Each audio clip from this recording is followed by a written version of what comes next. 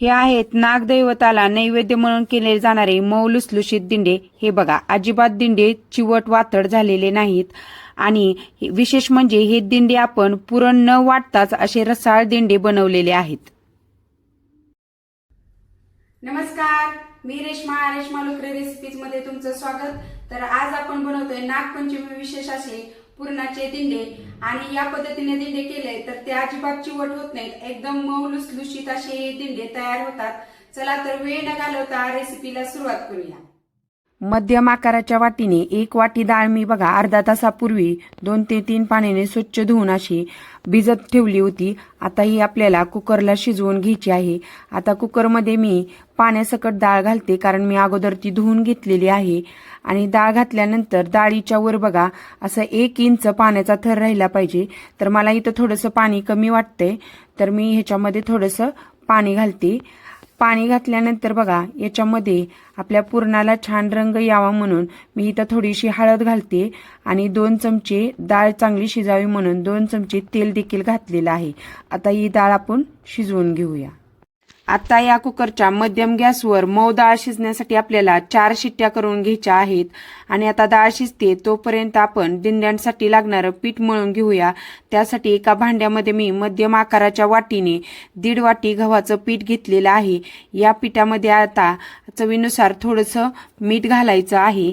आणि बघा आपल्या दिंड्यांना छान असा कलर यावा म्हणून मी थोडीशी हळद देखील घालते। आणि गॅसवरती 2 चमचे तेल मी चांगलं कडक गरम करून घेतलेले आहे, ते देखील ह्या पिठावर घालायचं। यामुळे आपले दिंडे चिवट वातड होत नाहीत, खुसखुशीत असे होतात। आणि गरम तेल असल्यामुळे अगोदर थोडंसं चमच्याने मिक्स करून घेऊया हे, आणि नंतर हाताने सगळ्या पिठाला हे तेल लावून घ्यायचं आहे आपल्याला। आता या पिठामध्ये थोडं थोडं पाणी घालून हे आपल्याला पीठ मळून घ्यायचंय।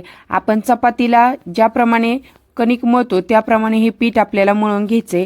आणि इथे बघा मी आपली चपातीचं पीठ असतं त्यापेक्षा अगदी किंचित सैलसर असं हे पीठ मळून घेतलं आहे। आणि शेवटी ह्याला थोडासा तेलाचा हात लावायचा, जेणेकरून ते वरून सुकणार नाही। आणि तेल लावल्यानंतर बघा हे आता आपल्याला असंच झाकून 15 मिनिटं भिजत ठेवायचं आहे। आणि इथे आपली डाळ देखील शिजली आहे। ही बघा डाळ एकदम मऊ अशी ही डाळ शिजलेली आहे। आपण पुरण वाटणार नाही, त्यामुळे डाळ मऊ शिजायला हवी। आणि नंतर बघा इथे मी एक असं पातेलं घेऊन त्याच्यावर एक चाळण ठेवली आहे। आणि या चाळणीमध्ये आता ही आपल्याला डाळ अशीच 5 मिनिटं नितळत ठेवायची आहे। 5 मिनिटापेक्षा जास्त नितळू नका, कारण आपल्याला ती गरम असतानाच घोटून घ्यायची आहे। 5 मिनिटं झालीत आणि डाळ आपली निथळली आहे। या पाण्याची तुम्ही कटाची आमटी करू शकता किंवा वरण बनवताना त्यात घातलं तरी चालेल।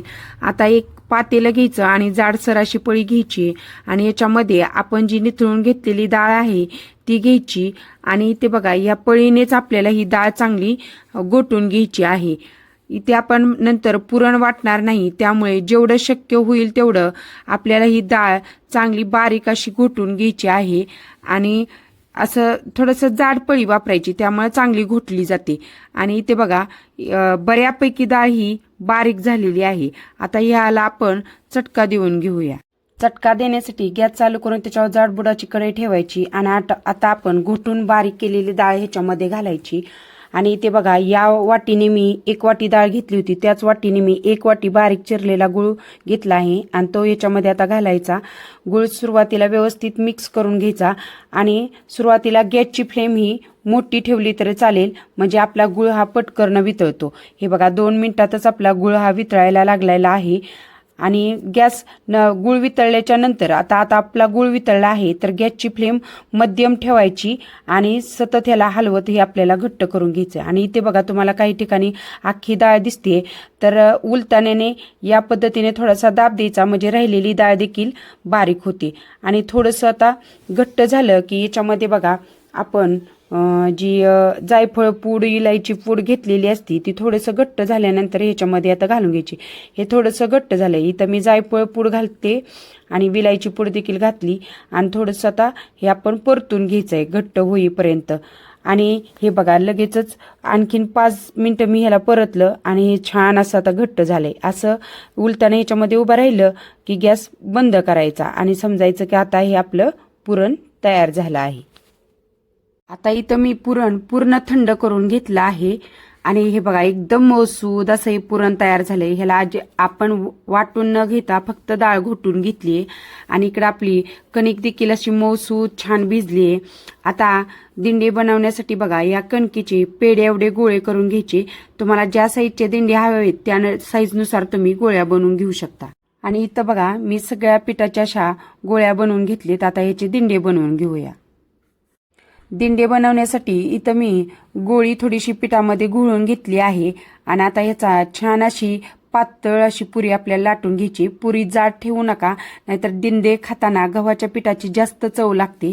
त्यामुळे असं एकदम पातळ अशी पुरी लाटून घ्यायची. आणि ही बघा मी अशी पातळ पुरी लाटलेली आहे. आणि जे आपण थंड करून घेतलेलं पुरण आहे त्याचा गोळा घ्यायचा आणि तो आपल्याला ह्या पुरीच्या मधोमध ठेवायचा आहे. आणि पुरीच्या हे बघा इथं दाखवल्याप्रमाणे पुरीची कडची बाजू मध्ये फोल्ड करून घ्यायची. दोन्ही कडली बाजू या पद्धतीनं तुम्ही फोल्ड करायची, म्हणजे त्याला असा आयत आकार येतो.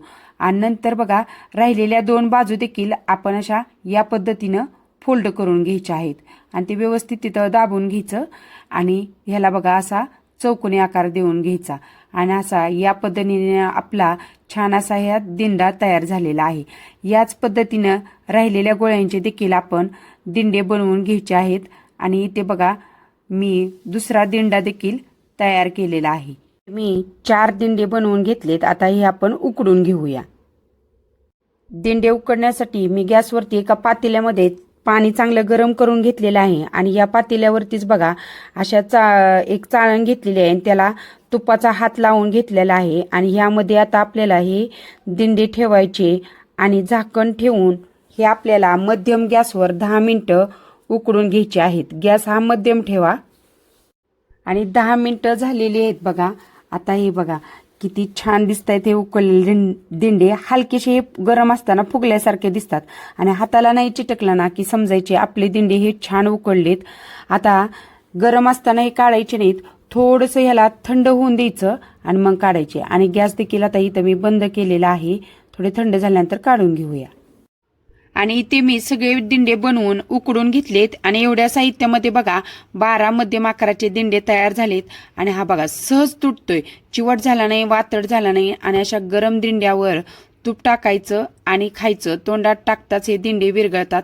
आणि हे बघा असे पुरण न वाटता आणि या पद्धतीनं तुम्ही पीठ मळून दिंडे बनवून बघा. खूप छान दिंडे तयार होतात आणि खायला देखील टेस्टी लागतात. असे हे आपले पुरणाचे दिंडे तयार आहेत. तर कशी वाटली ही आजची पारंपरिक पद्धतीने बनवलेल्या पुरणाच्या दिंड्याची रेसिपी ते मला नक्की कमेंट करून सांगा. रेसिपी आवडल्यास रेसिपीला लाईक अँड शेअर करा आणि अशाच पारंपरिक रेसिपींसाठी आपल्या चॅनेलला सबस्क्राईब करा. पुन्हा भेटूया नवीन एका रेसिपी सोबत. धन्यवाद.